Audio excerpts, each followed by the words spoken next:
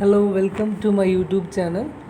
So HSAക്ക് prepare ചെയ്യുന്ന എല്ലാവർക്കും first of all congratulations and keep on your preparations. So നമ്മളിപ്പോൾ ഡിസ്കസ് ചെയ്തുകൊണ്ടിരിക്കുന്നത് മലിനീകരണം, പൊല്യൂഷൻസിൻ്റെ പ്രിവെൻറ്റീവ്സ് ഒക്കെയാണ് ഡിസ്കസ് ചെയ്തത് അല്ലേ.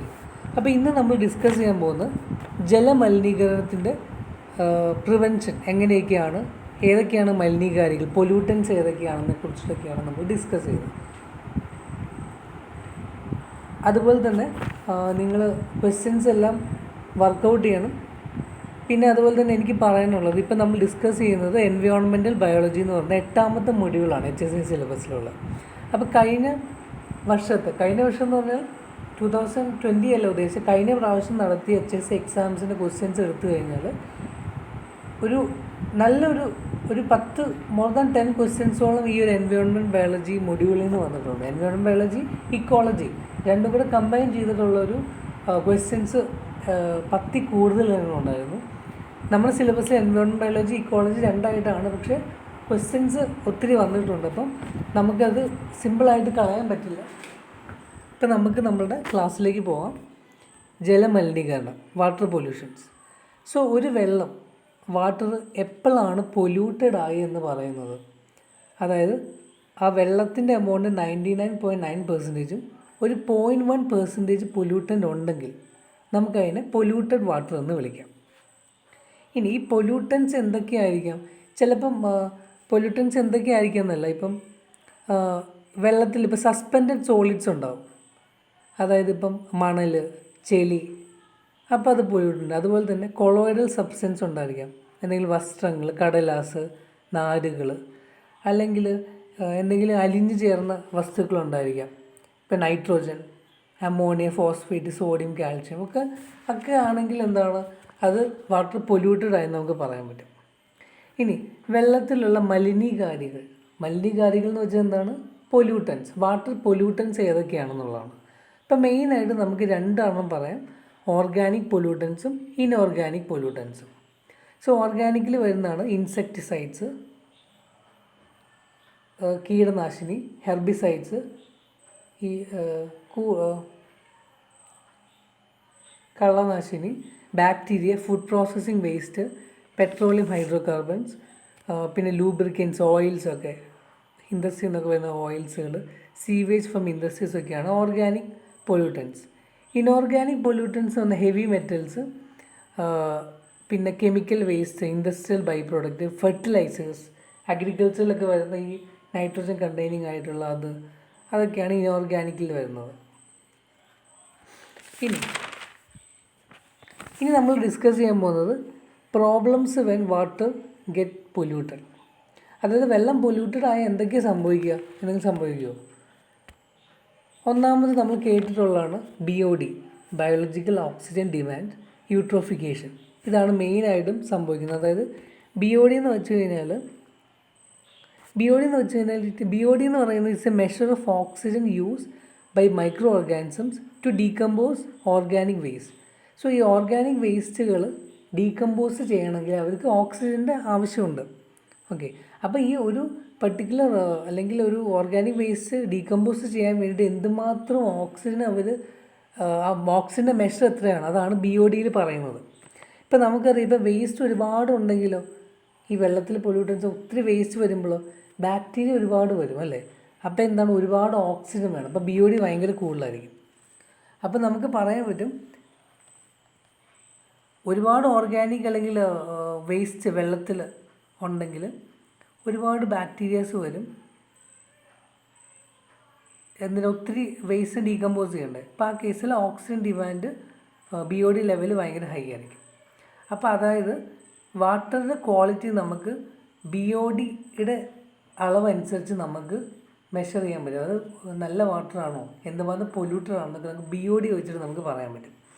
അതായത് ഇപ്പോൾ BOD ലെവൽ ഒരു 1 to 2 ppm ആണെങ്കിൽ the quality of the water very good, assume to be very good എന്നാണ് പറയുന്നത്. ഇപ്പം BOD 3 to 5 ppm ആണെങ്കിൽ മോഡറേറ്റ്ലി ക്ലീൻ. ഇപ്പം ഒരു BOD പൊല്യൂട്ടഡ് ആണെങ്കിൽ, സംവാട്ട് പൊല്യൂട്ടഡ് ആണെങ്കിൽ ഒരു 6 to 9 ഒക്കെയാവും BOD. ഇപ്പോൾ BOD 10 അല്ലെങ്കിൽ മോർ ദാൻ ആണെങ്കിൽ വാട്ടർ ഭയങ്കര പുവറാണ്. ഹൈലി പൊല്യൂട്ടഡ് എന്ന് പറയും. ഇപ്പോൾ BOD മെഷർ വെച്ച് നമുക്ക് വാട്ടർ പൊല്യൂട്ടഡ് ആണോ അതിന് ക്വാളിറ്റി അഷ്വർ ചെയ്യാൻ പറ്റും. ഇനി രണ്ടാമത്തത്, ഈ പൊല്യൂട്ടഡ് വാട്ടർ ഉണ്ടെങ്കിൽ ഒരു പ്രോബ്ലമാണ് യൂട്രോഫിക്കേഷൻ സംഭവിക്കും. എന്താണ് യൂട്രോഫിക്കേഷൻ? യൂട്രോഫിക്കേഷൻ എന്ന് വെച്ചാൽ is a process of increasing biomass generation in a water body caused by increasing concentration of plant nutrients. പ്ലാന്റ്സിൻ്റെ ഈ ന്യൂട്രിയൻസിൻ്റെ എമൗണ്ട് കൂടി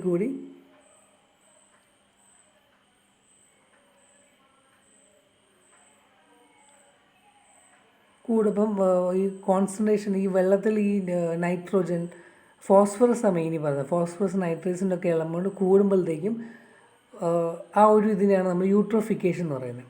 അപ്പോൾ ഈ ന്യൂട്രിയൻസ് കൂടിക്കഴിഞ്ഞാൽ എന്താ സംഭവിക്കുക? പ്ലാന്റ്സിൻ്റെ ഫെക്കൻഡിറ്റി കൂടും, അതായത് പ്ലാന്റ്സിൻ്റെ പ്രത്യുൽപാദനം കൂടും. ഇപ്പോൾ ഒരുപാട് പ്ലാന്റ്സുകൾ, ഒരുപാട് മാക്രോഫൈറ്റ്സ്, പ്ലാങ്ക്ടൺസൊക്കെ ഒത്തിരി വരാൻ തുടങ്ങും അല്ലേ? അപ്പോൾ ഒരുപാട് പ്ലാന്റ് വന്നു കഴിഞ്ഞാൽ എന്താ സംഭവിക്കുന്നത്? അപ്പോൾ ഒരുപാട് ഫുഡ് റിസോഴ്സസ് അവൈലബിൾ ആയി. അപ്പം എന്താണെന്ന് വെച്ചാൽ ഒരുപാട് ഹെർബിവോറസ് ആനിമൽസ് ഈ ഫുഡിനെ കഴിക്കാൻ വരും അല്ലേ? പിന്നെ കാർണിവോറസ് കഴിക്കാൻ വരും. അപ്പോൾ അതിങ്ങനെ പ്രോസസ്സ് കണ്ടിന്യൂ ചെയ്യുമ്പോഴത്തേക്കും ആ വെള്ളത്തിൻ്റെ ബയോമാസ് ഇങ്ങനെ കൂടും. അപ്പോൾ അവിടെ ബയോളജിക്കൽ ഡൈവേഴ്സിറ്റി കുറയും. കാര്യം ഇവിടെ വെള്ളത്തിൻ്റെ ന്യൂട്രിയൻസ് ഒരുപാടുണ്ട്. അപ്പോൾ ഒരു പർട്ടിക്കുലർ സ്പീഷീസാണ് ഒരുപാട് കൂടുന്നത്. അപ്പോൾ ഒരുപാട് ഡൈവേഴ്സായിട്ട് അവർക്ക് പറ്റില്ല. അപ്പോൾ ബയോളജിക്കൽ ഡൈവേഴ്സിറ്റി കുറയും. ഇപ്പം നമുക്കറിയാം കുളവാഴ, വാട്ടർ സയൻസ് എന്നൊക്കെ പറയുന്നത് കുളവാഴയല്ലേ, ഇൻവാസീവ് സ്പീഷീസ്. അത് എവിടെ നോക്കിയാലും അതിങ്ങനെ നിൽക്കുവാണ്. അപ്പം മറ്റ് സ്പീഷീസിന് അവിടെ ഡൈവേഴ്സിറ്റി അധികമില്ല. അപ്പം അതൊക്കെ യൂട്രോഫിക്കേഷൻ്റെ ഒരു പ്രശ്നമാണ് അങ്ങനെ വന്നു കഴിഞ്ഞാൽ.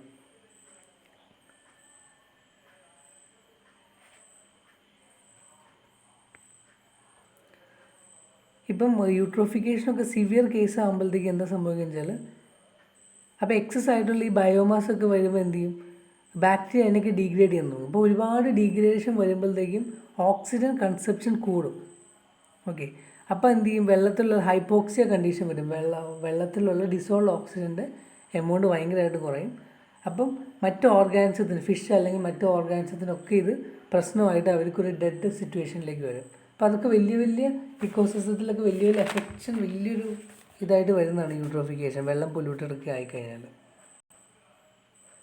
അടുത്തത് നമുക്ക് എങ്ങനെ ഇതിനെ നിയന്ത്രിക്കാം.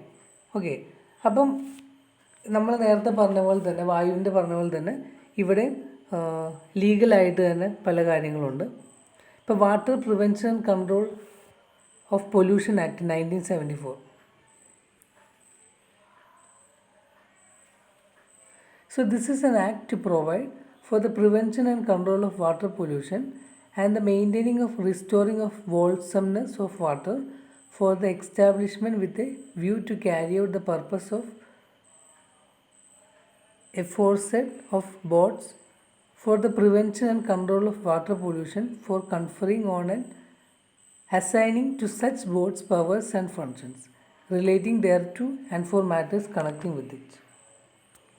അതായത് ഈ ആക്ട് പറയുന്നത് വെള്ളത്തിൻ്റെ പൊല്യൂഷൻ കൺട്രോൾ ചെയ്യാനും പ്രിവെൻറ്റ് ചെയ്യാനുള്ള ആക്ടിവിറ്റി നടക്കുന്നത് വേണ്ടിയിട്ടുള്ളൊരു ഇതാണ് ഈ ആക്ടിൽ പറയുന്നത്.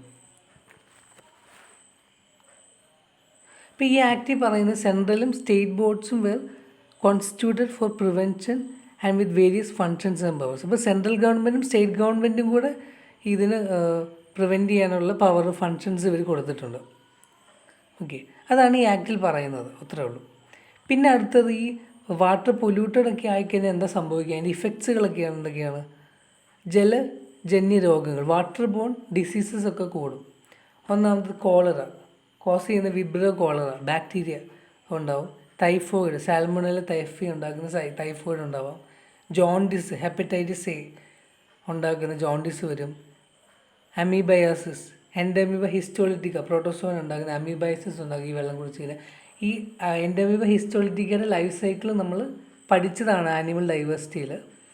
അത് അപ്പം നിങ്ങളപ്പം ആ ലൈഫ് സൈക്കിളൊന്ന് ഓർത്ത് നോക്കുക, ഏത് ഹോസ്റ്റലാണ് വരുന്നത്, എങ്ങനെയാണ്. അപ്പം ഇങ്ങനെയൊക്കെ നമുക്ക് കണക്ട് ചെയ്ത് പഠിക്കാൻ പറ്റില്ല. എൻ്റെ ഒരു വീഡിയോയിൽ ആയിട്ടുണ്ട് എൻഡമീബയുടെ ലൈഫ് സൈക്കിൾ.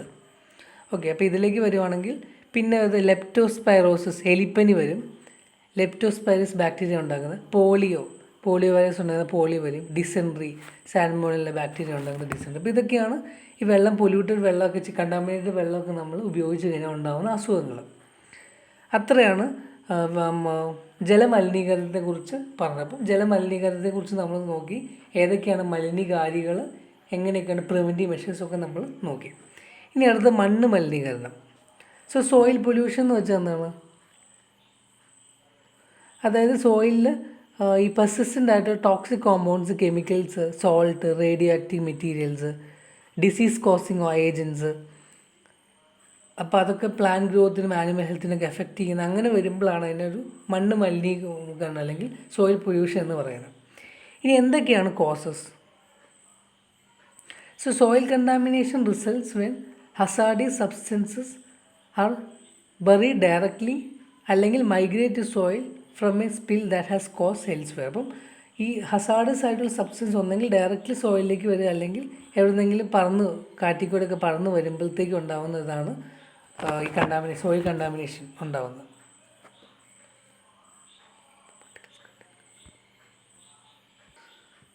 ഇപ്പോൾ ഒരു എക്സാമ്പിൾ, ഇപ്പോൾ ഒരു സോയിൽ കണ്ടാമിനേറ്റഡ് ആവാനിപ്പം ചെറിയൊരു പാർട്ടിക്കിൾ, ആ പാർട്ടിക്കിളിനകത്ത് എന്തെങ്കിലും ഹസാർഡസ് സബ്സ്റ്റൻസ് ഉണ്ടെങ്കിൽ അത് എന്തെങ്കിലും പറന്നൊക്കെ ഒരു സോയിലേക്ക് വീഴുവാണെങ്കിൽ അത് കണ്ടാമിനേറ്റഡ് ആയെന്ന് തന്നെ നമുക്ക് പറയാം.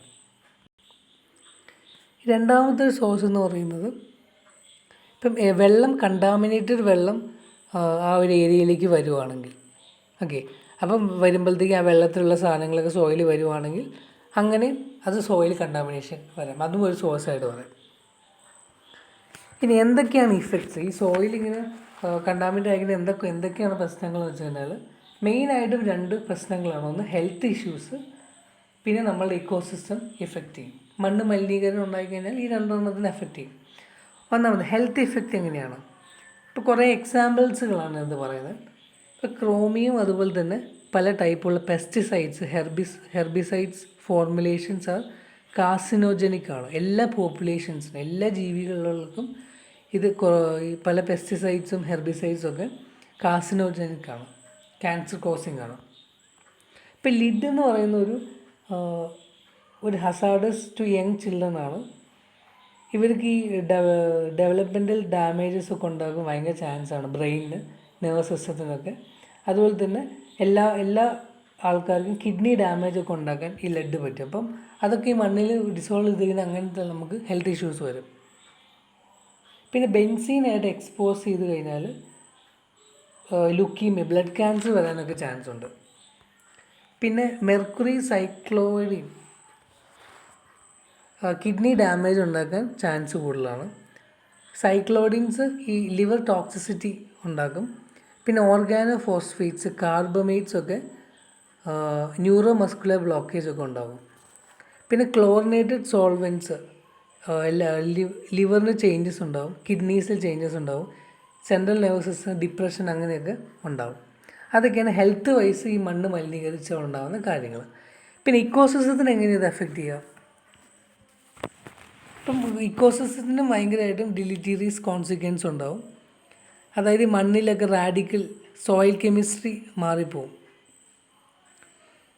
അപ്പം ഈ ഒരുപാട് ഹസാർഡസ് കെമിക്കൽസ് ഒക്കെ വരും. ഈവൻ ലോ കോൺസെൻട്രേഷൻ ആണെങ്കിലും സ്പീഷീസിനെ അത് എഫക്റ്റ് ചെയ്യും. അപ്പോൾ അതുപോലെ തന്നെ ഈ ചേഞ്ചസ്, മണ്ണിലുള്ള ഈ പൊല്യൂട്ടൻസുള്ള ചേഞ്ചസ് വരുമ്പോഴത്തേക്കും മൈക്രോ ഓർഗാനിസത്തിൻ്റെ മെറ്റബോളിസം, ആർത്രപോഡ്സിൻ്റെ അവിടെ ഒരു താമസം, അതിനൊക്കെ അത് എഫക്റ്റ് ചെയ്യും. അതുപോലെ തന്നെ ഇങ്ങനെ മലിനീകരണം ഉണ്ടായിക്കഴിഞ്ഞാൽ ചിലപ്പോൾ ഏതെങ്കിലും ഒരു പ്രൈമറി ഫുഡ് ചെയിൻ തന്നെ അങ്ങ് മാറിപ്പോവും. അപ്പോൾ പ്രെഡേറ്റർ കൺസെപ്റ്റ് ഏതെങ്കിലും ഒരു ആർത്രപോഡ് അങ്ങനെ എന്തെങ്കിലുമൊക്കെ കംപ്ലീറ്റ്ലി അതങ്ങ് നശിച്ചു പോയി കഴിഞ്ഞാൽ ആ ഫുഡ് ചെയിൻ എഫക്റ്റ് ചെയ്യും. അപ്പോൾ അതിൻ്റെ പ്രെഡേറ്റർ കൺസ്യൂമറിനൊക്കെ ബാക്കിയുള്ളതിനൊക്കെ എഫക്റ്റ് ചെയ്യാൻ തുടങ്ങും, അല്ലേ?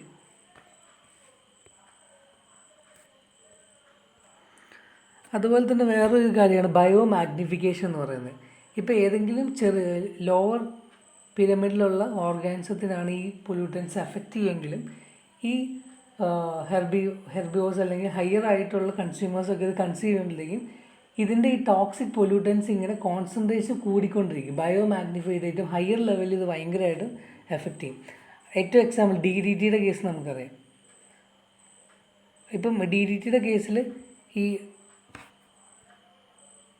ഈ എഗ്ഗിനൊക്കെ ഈ ആ, പക്ഷികളുടെയൊക്കെ മുട്ടയ്ക്കൊക്കെ അധികം ഷെല്ലിന് അധികം കട്ടിയില്ലാതെ പോകുന്നത്. അത് അവസാനം കട്ടി കുറഞ്ഞ് എന്താ പറയുക, അത് വിരിയാത്തൊരവസ്ഥ വരുന്നുണ്ട്. അതായത് പ്രത്യേകിച്ച് ഈ ഈഗിളൊക്കെ പോലത്തുള്ള ഹയർ പക്ഷികൾക്കൊക്കെ ഇത് അഫക്റ്റ് ചെയ്യും. കാരണം ചെറിയ ആർത്രോപോഡിനൊക്കെയാണ് ഇത് ആദ്യം തുടങ്ങിയത്. അപ്പോൾ അതിങ്ങനെ ഈ പൊല്യൂട്ടൻ്റ് ഇങ്ങനെ മാഗ്നിഫൈ ചെയ്ത് ഈഗിളിലേക്കൊക്കെ എത്തിയപ്പോഴത്തേക്ക് എന്താ സംഭവിക്കുന്നത്, അവർക്കിത് ഭയങ്കരമായിട്ട് എഫക്റ്റ് ചെയ്യാൻ തുടങ്ങി. അപ്പം അങ്ങനെയൊക്കെ ഈ പ്രശ്നങ്ങൾ, ഈ മണ്ണ് മലിനീകരണത്തോടെ വലിയ വലിയ പ്രശ്നങ്ങൾ ഇക്കോസിസ്റ്റത്തിന് ഉണ്ടാവും. ഇനി എങ്ങനെയാണ് നമുക്ക് ഈ സോയിൽ പൊല്യൂഷനെ നിയന്ത്രിക്കാം, മണ്ണ് മലിനീകരണത്തെ നമുക്ക് എങ്ങനെയൊക്കെ നിയന്ത്രിക്കാം? ഒന്നാമത് വെച്ചാൽ എക്സവേറ്റ് soil or disposal site away from ready pathway for human sensitive ecosystem contact. അതായത് ഇപ്പം അങ്ങനെ ഒരു പൊല്യൂട്ടഡ് സോയിലൊക്കെ ആണെങ്കിൽ അവന് തന്നെ കംപ്ലീറ്റ് ആയിട്ട് റിമൂവ് ചെയ്യുക. ഇപ്പം മനുഷ്യരോ അല്ലെങ്കിൽ എക്കോസിസ്റ്റമായിട്ട് ഡയറക്റ്റായിട്ട് ഒരു കോണ്ടാക്റ്റ് വരാത്ത രീതിയിൽ അതിനെ മാറ്റുക എന്നുള്ളതാണ്. പിന്നെ പറയുന്നത് എയറേഷൻ. ഇപ്പോൾ കണ്ടാമിനേറ്റഡ് സൈഡിലൊക്കെ കൃത്യമായിട്ട് എയർ സർക്കുലേഷനൊക്കെ കൊടുക്കുമ്പോഴത്തേക്കും അതൊരു പരിധി വരെ നമുക്ക് കൺട്രോൾ ചെയ്യാൻ പറ്റും. പക്ഷേ അവിടെയും റിസ്ക് ഫാക്ടറുണ്ട്. ഈ ഓക്സിഡേഷൻ സംഭവിക്കും, ഫ്രീ റാഡിക്കൽസൊക്കെ വന്ന് അങ്ങനെയൊക്കെ ഉണ്ടാകും. അപ്പം അതൊരു റിസ്ക് ഫാക്ടർ ഉണ്ട്. പക്ഷേ അതിന് കൺട്രോൾ ചെയ്ത് വേണം എയറേഷൻ കൊടുക്കാൻ. പിന്നെ ഉള്ളത് ബയോ റെമഡിയേഷൻ. അതായത് microbial digestion of certain organic chemicals. മൈക്രോബ്സിന്, നല്ല മൈക്രോബ്സിന് നമ്മൾ ഇട്ട് കൊടുക്കുമ്പോഴത്തേക്ക് എന്ത് ചെയ്യും, അവിടുത്തെ പൊല്യൂട്ടൻസിനൊക്കെ അവർ മീൻസ് അവർ തന്നെ കഴിച്ചല്ലെങ്കിൽ അതിൻ്റെ പൊല്യൂട്ടൻസ് കുറച്ച് തോന്നും. ഇപ്പം ഈ ബയോ റെമഡിയേഷനിൽ ഒരുപാട് ടെക്നിക്സ് ഉണ്ട്. Land farming, bio stimulation, bio augmentation or soil biota with commercially available microflora വെച്ചിട്ട് നമ്മൾ ആ പൊല്യൂട്ടൻസിനെ മാറ്റുന്നത് ഒരു നല്ല മെത്തേഡാണ്. റിസ്ക് ഫാക്ടർ അധികം ഇല്ലാത്തൊരു മെത്തേഡാണ് ബയോ റെമഡിയേഷൻ എന്ന് പറയുന്നത്. പിന്നെ പറയുന്നത് ഈ ഒരു active electro mechanical system use ചെയ്ത് ഗ്രൗണ്ട് വാട്ടറിനെ എക്സ്ട്രാക്ട് ചെയ്യുക, സോയിൽ വേപ്പേഴ്സിനെ എക്സ്ട്രാക്ട് ചെയ്തിട്ട് അപ്പം അതിനകത്തുള്ള ആ വെള്ളത്തിലൊക്കെ ഉള്ള കണ്ടാമിനൻസൊക്കെ എക്സ്ട്രാക്ട് ചെയ്ത് മാറിപ്പോകും. അത്രയാണ് മണ്ണ് മലിനീകരണത്തിൻ്റെ പ്രിവെൻറ്റീവ് നമ്മൾ പറയുന്നത്. ഓക്കെ, അടുത്തതാണ് നോയ്സ് പൊല്യൂഷൻ അല്ലെങ്കിൽ ശബ്ദ മലിനീകരണം. എന്താണ് ശബ്ദ മലിനീകരണം? അതായത് noise pollution is displeasing human or machine created sound that disrupt the activity of human or animal life. അതായത് എന്തെങ്കിലും ഒരു ഡിസ്പ്ലേസിങ് സൗണ്ട്, അത് ഹ്യൂമൻ്റെ ആവാം അല്ലെങ്കിൽ മെഷീൻ ക്രിയേറ്റഡ് ആവാം, അത് ഹ്യൂമൻസിൻ്റെ ആക്ടിവിറ്റീനെ ഡിസ്ട്രപ്റ്റ് ചെയ്യുക അല്ലെങ്കിൽ ആനിമൽ ലൈഫിനെ എഫക്റ്റ് ചെയ്യുന്ന രീതിയിലുള്ള ശബ്ദമാണെങ്കിൽ നമ്മളതിനെ ശബ്ദ മലിനീകരണം എന്ന് പറയും. ഇനി കോസസ്, എങ്ങനെയാണ് ശബ്ദ മലിനീകരണം, എന്തൊക്കെയാണ് ശബ്ദത്തിൻ്റെ സോഴ്സസ് നമുക്ക് നോക്കാം. എങ്ങനെയാണ് അത് മലിനീകരണം, ഒരു പൊല്യൂഷനായി മാറുന്നത് നോക്കാം. ഒന്നാമത് നമുക്കറിയാം ട്രാൻസ്പോർട്ടേഷൻ, മോട്ടോർ വെഹിക്കിൾസ് അല്ലേ, വെഹിക്കിൾസിൻ്റെ ഈ ഒച്ചയും ബഹളമൊക്കെയാണ് ഒന്നാമത്തെ കോസ്. മറ്റ് സോഴ്സസ് എന്ന് പറയുന്നത് ഓഫീസ് എക്യുപ്മെൻറ്റ്സ്, ഫാക്ടറി ഒക്കെ ഉണ്ടെങ്കിൽ അവിടെ നിന്നുള്ള ശബ്ദങ്ങൾ, construction work, appliance, power tools and audio, entertainment system, mic systems, speaker, അങ്ങനത്തൊക്കെയാണ് അങ്ങനെയൊക്കെ നമുക്ക് സോഴ്സസ് ഉണ്ടാകും. ഇനി എന്തൊക്കെയാണ് ഇഫക്ട്സുകൾ ഭയങ്കര എന്താ പറയുക, ഒരുപാട് ഇഫക്ട്സ് ഉണ്ട്. നമ്മൾ അത്ര ശ്രദ്ധിക്കാതെ പോകുന്ന പല ഇഫക്ട്സുകളാണ്. ഈ നോയ്സ് പൊല്യൂഷൻ എന്ന് വെച്ച് കഴിഞ്ഞാൽ അനോയൻസ് ആൻഡ് അഗ്രഷൻ ഉണ്ടാക്കും. നമ്മളെ മൂഡ് ചേഞ്ച് മാറ്റും. ഹൈപ്പർ ടെൻഷൻ, ഒരുപാട് ഒച്ചയൊക്കെ കേൾക്കുമ്പോൾ ആൾക്കാർക്ക് ഭയങ്കര ടെൻഷൻ കൂടുന്നത് കണ്ടിട്ടുണ്ട്. അത് BP ഒക്കെ കൂടുന്ന അങ്ങനെ. ഇപ്പം ഹൈ സ്ട്രെസ് കൂടും, ഡിപ്രഷനൊക്കെ ഉണ്ടാവാം. പിന്നെ ടിനിറ്റസ്, ഈ മൈഗ്രെയിൻ പോലെയൊക്കെ ഉള്ള, പിന്നെ heavy loss and other harmful effects ഒക്കെ ഉണ്ട്. ഇത് നമ്മളത് ശ്രദ്ധിക്കാതെ പോകുന്നതാണ്. പിന്നെ അതുപോലെ തന്നെ ഏറ്റവും എംഫസൈസ് ചെയ്യുന്ന സ്ട്രെസ്, ഹൈപ്പർ ടെൻഷൻ. ഒരുപാട് ഇപ്പോൾ സ്ട്രെസ്, ഹൈപ്പർ ടെൻഷൻ ഉണ്ടായിക്കഴിഞ്ഞാൽ തന്നെ പിന്നെ ഒരുപാട് ഹെൽത്ത് പ്രോബ്ലംസ് അസോസിയേറ്റഡ് ആണ്, അങ്ങനെ വരും.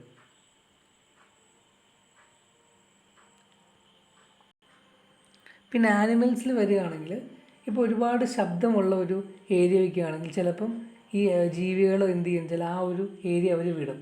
അവർ സഹിക്കാൻ പറ്റാത്തതാണെങ്കിൽ അവർ അവിടെ നിന്ന് അങ്ങ് മാറിപ്പോകും. അപ്പോൾ അവരുടെ ഒരു ഹാബിറ്ററ്റ് ലോസ് സംഭവിക്കുകയാണ് അവിടെ. അതുപോലെ തന്നെ ചിലപ്പോൾ എന്തെങ്കിലും വല്ല ഇങ്ങനെ പോകുമ്പോൾ എൻഡേഞ്ചർഡ് സ്പീഷീസൊക്കെ ആണെങ്കിൽ അവിടെ നിന്ന് എക്സ്റ്റിങ്ഷൻ വരെ സംഭവിക്കുക. അതും വലിയൊരു കാര്യമാണ് നമ്മളെ സംബന്ധിച്ച്. ഇക്കോളജിസ്റ്റ് എന്ന രീതിയിൽ അല്ലെങ്കിൽ ഒരു ലൈസൻസ് സ്റ്റുഡൻസ് എന്ന രീതിയിൽ അതൊക്കെ ഭയങ്കര ഒരു വലിയ കാര്യമാണ്. ഇപ്പോൾ ഒരു വലിയ എക്സാമ്പിൾ പറയുകയാണെങ്കിൽ ഈ ബീച്ച് വെയിൽസ്, ഈ കടലിലുള്ള വെയിൽസുകളില്ലേ, ബീച്ച് വെയിൽ എന്ന് പറയുന്നത് ഒരു മിലിറ്ററിയുടെ സോണാർ സൗണ്ട് കാരണം കൊണ്ട് അത് ഡെഡായി പോയെന്നൊരു കേസ് സ്റ്റഡി പറയുന്നുണ്ട്. ഇനി എങ്ങനെയാണ് നമുക്കിതിനെ പ്രിവെൻറ്റ് ചെയ്യുക? ഒന്നാമത് എല്ലാ കേസിലും പറയുന്നത് ലീഗൽ ആക്ഷൻസ്, ലോസുകൾ. ഇപ്പം നേരത്തെ എന്ന് വെച്ചാൽ ഈ നോയ്സ് പൊല്യൂഷൻ അതിൻ്റെ സോഴ്സസൊക്കെ നമ്മൾ air prevention and control of pollution 1981 ആക്റ്റിലാണ് പറയുന്നത്. പക്ഷേ ഇപ്പോൾ ഒരു സെപ്പറേറ്റ് ആയിട്ട് നോയ്സ് പൊല്യൂഷൻ എന്ന് പറയുന്ന ഒരു റെഗുലേഷൻ കൺട്രോൾ ഒരു റൂൾ 2000 വന്നിട്ടുണ്ട്. അതുപോലെ തന്നെ noise standards four motor vehicles, air conditions, refrigerator, diesel generator, എല്ലാത്തിനും ഒരു സ്റ്റാൻഡേർഡ്, നോയ്സ് എന്തുമാത്രം ആവാം വെഹിക്കിൾസിനും റെഫ്രിജറേറ്ററിനും ഒക്കെ ഒരു സ്റ്റാൻഡേർഡ് പ്രിസ്ക്രൈബ് ചെയ്തിട്ടുണ്ട് അണ്ടർ ദ എൻവയോൺമെൻറ്റ് റൂൾസ് 1986. അപ്പോൾ അതിൽ നമുക്ക് കുറേയൊക്കെ പ്രിവെൻറ്റ് ചെയ്യാം.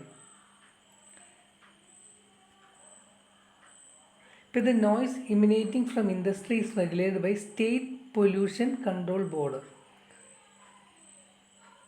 അതുപോലെ തന്നെ state or union territories under the air prevention and control of pollution act. അപ്പം ഇത് സ്റ്റേറ്റ്, ഈ ഫാക്ടറിയിൽ നിന്നൊക്കെ ഒരുപാട് നോയ്സ് വരണമെങ്കിൽ അതിനൊക്കെ സ്റ്റേറ്റ് പൊല്യൂഷൻ കൺട്രോൾ ബോർഡ് ഉണ്ട്. അത് നേരത്തെ air prevention and control pollution ആക്റ്റിൽ അത് ഇൻക്ലൂഡാണ്. പഴയ ആക്റ്റിൽ സ്റ്റേറ്റിലും യൂണിയൻ ടെറിട്ടറീസിലൊക്കെ അവർക്ക് കൺട്രോൾ ചെയ്യാൻ പറ്റുന്നതാണ്. ഇനി എന്താണ് ഈ നോയ്സ് എന്ന് പറയുന്നത്? Any unwanted sound that cause annoyance, irritation and pain to the human ear is called noise. എന്തെങ്കിലും ഒരു അൺവാണ്ടഡ് ഇറിറ്റേഷൻ സൗണ്ടിന് നമ്മളതിന് ഹ്യൂമൻ ഇയേഴ്സിന് ഇറിറ്റേറ്റഡ് ആയിട്ടുണ്ടെങ്കിൽ നമ്മളതിന് നോയ്സ് എന്ന് പറയും. അപ്പം അതിൻ്റെ ഡെസിബിൾ ആയിട്ടാണ് മെഷർ ചെയ്യുന്നത്. അപ്പം ഡെസിബിൾ നമ്മൾ സൗണ്ടിന് ഇൻക്രീസ് ചെയ്യും. ഇത് ഒരു പ്രാവശ്യം ചോദിച്ചിട്ടുണ്ട് HSIക്ക്.